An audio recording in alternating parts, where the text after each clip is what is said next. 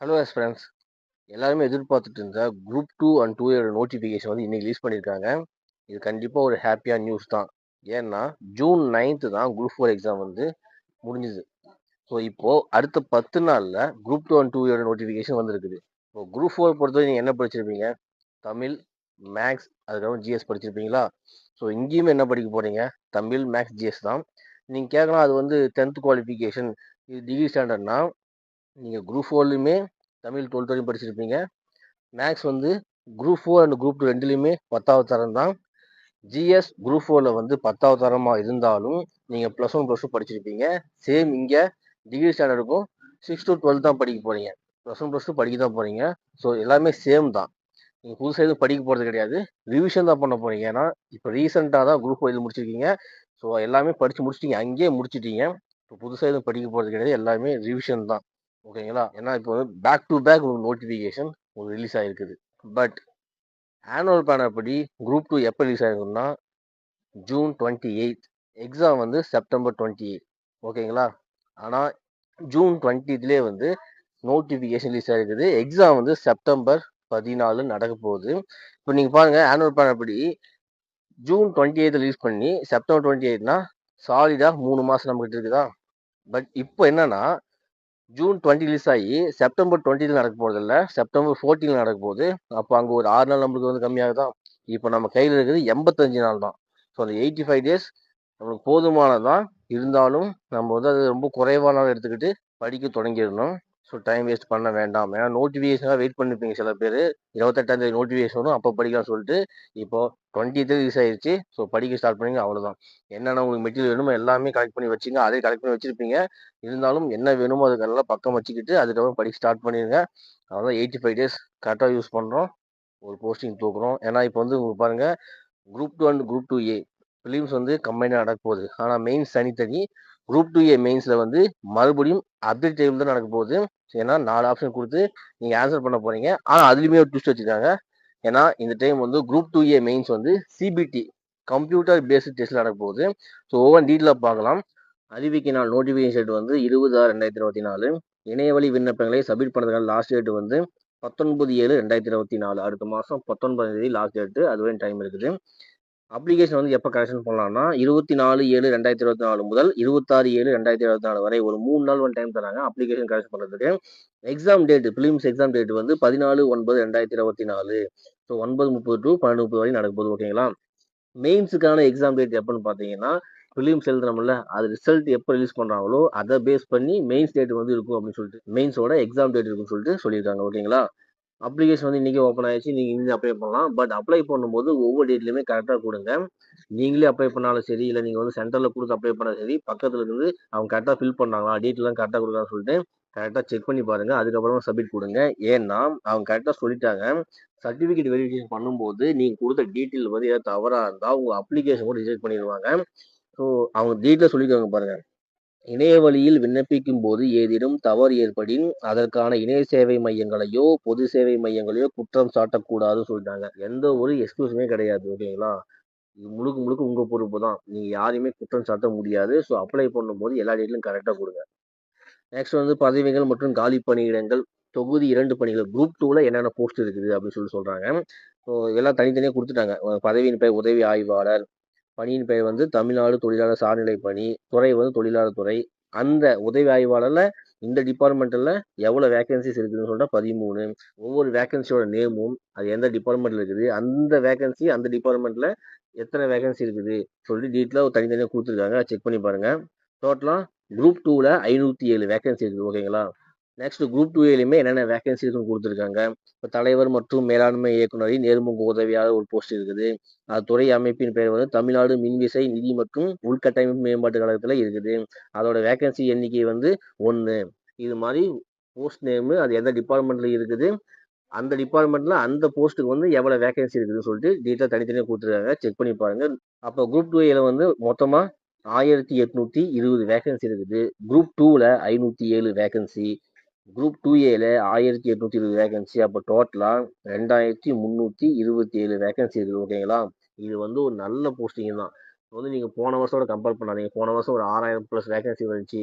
இந்த டைம் வந்து 4000 கம்மி ஆயிடுச்சு, 2000 தான் இருக்குதுன்னா இது வந்து நல்ல போஸ்டிங். குரூப் 2 பொறுத்த வரையும் போன நோட்டிஃபிகேஷன் மட்டும்தான் 6000 வேகன்சி வந்தது. அதுக்கு முன்னாடியிலுமே 2000 தான் இருக்கும். காமனாக 2000 தான் இருக்கும். ஸோ 2000ங்கிறது ஒரு மிகப்பெரிய போஸ்டிங். நீங்கள் வந்து இதவே நல்லா யூஸ் பண்ணலாம். ஏன்னா குரூப் 4க்கு படிச்சிருக்கீங்க, குரூப் 2 ரிவிஷன் பண்ண போறீங்க, ஈஸியாக வந்து பாஸ் பண்ண. மெயின்ஸ் இருக்குது. மெயின்ஸ்லையுமே குரூப் 2A வந்து அப்ஜெக்ட் டைப் தான், டிஸ்கிரிப்ட் டைப் கிடையாது. ஸோ நீங்கள் வந்து கண்டிப்பாக இது நல்லா படிச்சீங்கன்னா நல்ல மார்க் ஸ்கோர் பண்ணலாம், கண்டிப்பாக ஒரு போஸ்டிங் எடுக்கலாம். நெக்ஸ்ட் வந்து வயது வரம்பு. இதில் பார்த்தீங்கன்னு வச்சுங்களேன், குரூப் 2வில் எந்த போஸ்ட்டுக்கு மினிமம் ஏஜ் எவ்வளவு, மேக்ஸிமம் ஏஜ் எவ்வளவு அப்படின்னு கொடுத்துருக்காங்க. குரூப் 2A எந்த போஸ்ட்டுக்கு மினிமம் ஏஜ் எவ்வளவு, மேக்ஸிமம் ஏஜ் எவ்வளவு கொடுத்துருக்காங்க. ஓகேங்களா? இப்போ ஃபர்ஸ்ட் காலம்ல இருக்கு என்ன சொல்லியிருக்காங்கன்னா, இதர பிரிவை சார்ந்தவர்கள், அதாவது ஆதி திராவிடர், ஆதி திராவிட அருந்ததியர், பட்டியல் பழங்குடியினர், மிகவும் பிற்படுத்தப்பட்ட வகுப்பினர், சீர்மரபினர், பிற்படுத்தப்பட்ட வகுப்பினர், இவங்கெல்லாம் இல்லாம அதர் கேட்டகரி இருப்பாங்க பார்த்தீங்களா, அவங்களுக்கு வந்து குரூப் 2A எந்த போஸ்ட்டுக்கு மினிமம் ஏஜ் எவ்வளவு, மேக்ஸிமம் ஏஜ் எவ்வளவு, ஏஜ் ரிலாக்ஸேஷன் எவ்வளவுன்னு சொல்லிட்டு தெளிவாக கொடுத்துருக்காங்க. ஸோ நன்னடத்தை அலுவலர் ஒரு போஸ்ட்டுக்கு வந்து குறைந்தபட்ச வயது 26, அதிகபட்ச வயது 42, மாற்றுத்திறனாளர் 52, முன்னாள் இராணுவத்தினர் 50, ஆதரவற்ற விதவினா அதிகபட்ச வயது வரம்பு இல்லை. ஓகேங்களா? இது வந்து இதர வகுப்பினருக்கு. ஓகேங்களா? அதர் கேட்டகரிக்கு. அது மாதிரி ஒவ்வொரு போஸ்டிங்குமே மினிமம் ஏஜ் எவ்வளவு, மேக்ஸிமம் ஏஜ் எவ்வளவு அப்படி கொடுத்துருக்காங்க. குரூப் 2Aலையுமே அதர் கேட்டகரிக்கு வந்து மினிமம் ஏஜ் எவ்வளவு, மேக்ஸிமம் ஏஜ் எவ்வளவு கொடுத்துருக்காங்க. மேக்ஸிமம் குரூப் 2A பொறுத்தவரையுமே அனைத்து பதவிகளுக்கும் முழு நேர விடுதி காப்பாளர் பதவியை தவிர எல்லா போஸ்ட்டுக்குமே, ஆனால் முழு நேர விடுதி காப்பாளர் பதவியை தவிர மற்ற எல்லா போஸ்ட்டுக்குமே குறைந்தபட்ச வயது 18, அதிகபட்ச வயது 32, மாற்றுத்திறனாளர் 42, முன்னாள் இராணுவத்தினர் 50, ஆதரவற்றவர்னா அதிகபட்ச வயது வரம்பு இல்லை. இது வந்து குரூப் 2Aக்கு அதர் கேட்டகரிக்கு. ஓகேங்களா? இப்போ வந்து குரூப் 2ல பிற்படுத்தப்பட்ட வகுப்பினர், மிகவும் பிற்படுத்தப்பட்ட வகுப்பினர், சீர்மரபினர், ஆதி திராவிடர், ஆதி திராவிட அருந்ததியர், பட்டியல் பழங்குடியினர், இவங்களுக்கெல்லாம் குரூப் 2ல எந்த போஸ்ட்டுக்கு வந்து மினிமம் ஏஜ் எவ்வளவு, மேக்ஸிமம் ஏஜ் எவ்வளவு, ஏஜ் ரிலாக்ஸேஷன் எவ்வளவுன்னு சொல்லிட்டு கொடுத்துருக்காங்க. எக்ஸாம்பிளுக்கு துணை வணிக வரி அலுவலர்னா குறைந்தபட்ச வயது 18, அதிகபட்ச வயது 37, மாற்றுத்திறனாளர் 47, முன்னாள் இராணுவத்தினர் 50, ஆதரவற்றவர்னா 37. ஓகேங்களா? இது மாதிரி ஒவ்வொரு போஸ்ட்டுக்கும் மினிமம் ஏஜ் எவ்வளவு, மேக்ஸிமம் ஏஜ் எவ்வளவுன்னு சொல்லிட்டு கொடுத்துருக்காங்க.